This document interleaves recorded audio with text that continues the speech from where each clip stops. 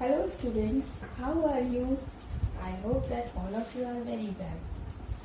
Okay, so let's start the video. You know that we have finished chapter punctuation in the previous videos.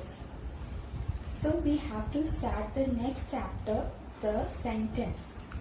But before starting the sentence, let's revise the definition of punctuation. What is the definition of punctuation? Punctuation means a mark. The marks, signs and symbols used in writing are called punctuation marks. Okay, very good. Now, our next chapter is the sentence. The definition of the sentence is, a sentence is a group of words which makes complete sense. Sentence क्या होता है? एक वाक्य क्या होता है? एक वाक्य शब्दों का ऐसा समूह होता है which makes complete sense, जिसका कि पूरा अर्थ निकलता है. अगर हम इस डेफिनेशन को सिर्फ आधा ही लिख दें कि a sentence is a group of words, तो हमारी डेफिनेशन और हमारा जो मतलब है वो कंप्लीट नहीं हो पाएगा. कैसे? क्योंकि ग्रुप ऑफ वर्ड्स मतलब कोई भी वर्ड को कहीं भी उठा के इधर उधर लिख देना. तो फिर उसका अगर हम मीनिंग निकालने लगेंगे तो उसका तो कभी मीनिंग निकल ही नहीं पाएगा. फॉर एग्जाम्पल, अगर लिखा हुआ है ही बॉय इज गुड, ऐसे करके लिखा है, और हमसे कोई कहे इसका मीनिंग निकालिए, then we can't do this, तो हम उसको नहीं कर पाएंगे. पर जब वही वर्ड्स हमारे प्रॉपर ऑर्डर में रहेंगे, he is a good boy, तो वो हमारा क्या हो जाएगा? कंप्लीट सेंस निकल के आएगा. तभी हम उसको बोल पाएंगे कि he is a good boy हमारा क्या है? सेंटेंस है. Okay, clear. Now the parts of the sentence. अब हम ये जान गए सेंटेंस क्या होता है. ग्रुप ऑफ वर्ड्स तो होता है लेकिन मीनिंगफुल होता है. ठीक है, अब हम आते हैं उसके पार्ट्स पे. देखिए, पार्ट का मतलब क्या होता है? हिस्से. यानी अगर हम किसी चीज को डिवाइड करें, यानी सेंटेंस को डिवाइड करें, तो उसके हम कितने टुकड़े कर सकते हैं, कितने पार्ट्स कर सकते हैं. तो a sentence has two parts. एक वाक्य के हम दो टुकड़े कर सकते हैं. पहला क्या होगा? सब्जेक्ट, और दूसरा प्रेडिकेट. यानी हम एक सेंटेंस के अगर हमसे पार्ट्स का डिवाइड करने को कहा जाए, then we can do it only in two parts. The first part is subject and the second part is predicate. Now we have to understand what is subject. Subject अब क्या होता है? क्योंकि जब हमें ये पता चलेगा कि सब्जेक्ट क्या है, तभी तो हम इसे उस पार्ट से अलग कर पाएंगे. ठीक है. The subject is a person, thing or idea spoken about. Subject वो होता है, कर्ता जिसे हम हिंदी में बोलते हैं. सब्जेक्ट वो होता है जो कि कोई इंसान हो, कोई वस्तु हो, या कोई आइडिया, कोई बात हो, जिसके बारे में स्पोकन अबाउट, यानी जिसके बारे में हमें कोई बात बताई गई है. वो कुछ भी हो सकता है. तो यानी जिसके बारे में हमें बात बताई जा रही है, वो हमेशा हमारा सब्जेक्ट होगा.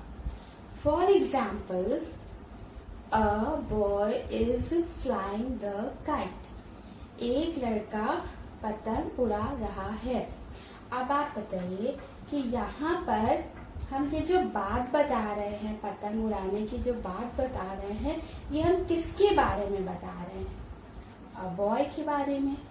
तो यानी हमारा सब्जेक्ट क्या हो गया? अ बॉय हो गया. तो जो भी हमारा सेंटेंस में हम जिसके भी बारे में बात करेंगे, वही हमारा सब्जेक्ट हो जाएगा.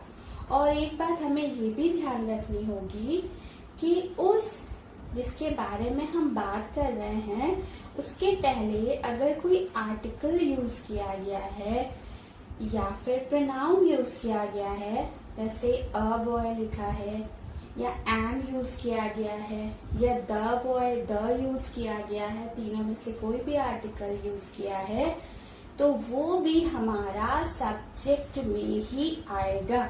ऐसा नहीं होगा कि हम केवल बॉय को बता देंगे और आ को छोड़ देंगे, ये नहीं होगा। ठीक है, तो देखिए अ बॉय एक लड़के की हमने बात की तो यहाँ पर सब्जेक्ट क्या हो गया, अ बॉय हो गया। ठीक है, और अगर इसी सब्जेक्ट के साथ में पहले कोई प्रोनाउन यूज किया गया है, जैसे अगर यहाँ लिखा होता कि my brother is flying the kite, तो ब्रदर के पहले क्या है, माई है, माई क्या है, प्रोनाउन है। तो अगर उस वर्ड के पहले कोई प्रोनाउन है तो वो प्रोनाउन के साथ हमारा पूरा सब्जेक्ट बन जाए। क्लियर? तो आप फिर से एक बार ये डेफिनेशन रिवाइज करिए। The subject is a person, thing और idea spoken about. Clear? Now the other part is predicate. अब हमने सब्जेक्ट तो समझ लिया कि जिसके बारे में बात की जा रही है, किसके बारे में, चाहे वो इंसान हो, चाहे वो जानवर हो, चाहे वो कोई वस्तु हो, कोई भी चीज हो, किसके बारे में बात की जाती है वो हमेशा क्या होता है, सब्जेक्ट होता है। अब हमने ये तो बता दिया किसके बारे में बात हो रही है। अब जो बात हो रही है, क्या बचा, जो बात हो रही है वो हमारा क्या हो गया, प्रेडिकेट हो गया। The predicate is what is said about the subject, यानी कि सब्जेक्ट के बारे में हमने जो बात बता दी वो पूरी बात हमारी क्या हो गई, प्रेडिकेट हो गई। अब देखिए यहाँ पर फिर वही एग्जाम्पल है, a boy is flying the kite. यहाँ पर किसके बारे में बात की थी, बॉय के बारे में। अब बात क्या हो रही है, इज फ्लाइंग द काइट, कि वो बॉय क्या कर रहा है, उसके बारे में क्या बात बताई कि वो काइट उड़ा रहा है। तो इज फ्लाइंग द काइट पूरा हमारा प्रेडिकेट हो गया। क्लियर? फिर से एक बार इस डेफिनेशन को रिवाइज करिए। The predicate is what is said about the subject. Clear? Examples. Okay. अब इसको हम और एग्जाम्पल देख के और अच्छे से क्लियर करेंगे। ओके, देखिए example, Alisha is my sister. अब देखिए आप खुद यहाँ पर सोचिए कि यहाँ पर कह रहा है अलीशा मेरी बहन है, तो यहाँ पर we are talking about whom, हम किसके बारे में बात कर रहे हैं, we are talking about Alisha, Alisha के बारे में बात हो रही है। तो हमारा सब्जेक्ट क्या होगा, यस हमारा सब्जेक्ट हो जाएगा अलीशा। Very good. और फिर उसके बाद हमने अलीशा के बारे में क्या बात बताई कि वो मेरी बहन है, तो प्रेडिकेट हमारा क्या हो गया, इज माई सिस्टर, ये हमारा प्रेडिकेट हो गया। Clear? Next example, you have lost your book, तुमने अपनी किताब खो दी।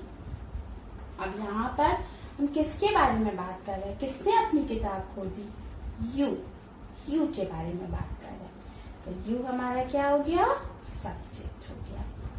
और यू के बारे में हमने क्या बात बताई, lost, have lost your book, कि तुमने अपनी किताब खो दी। तो प्रेडिकेट हमारा क्या हो गया, हैव लॉस्ट योर बुक। ये I am giving the homework that you will make 5 sentences of 5 sentences and you will circle the subjects in that sentences and underline the predicate.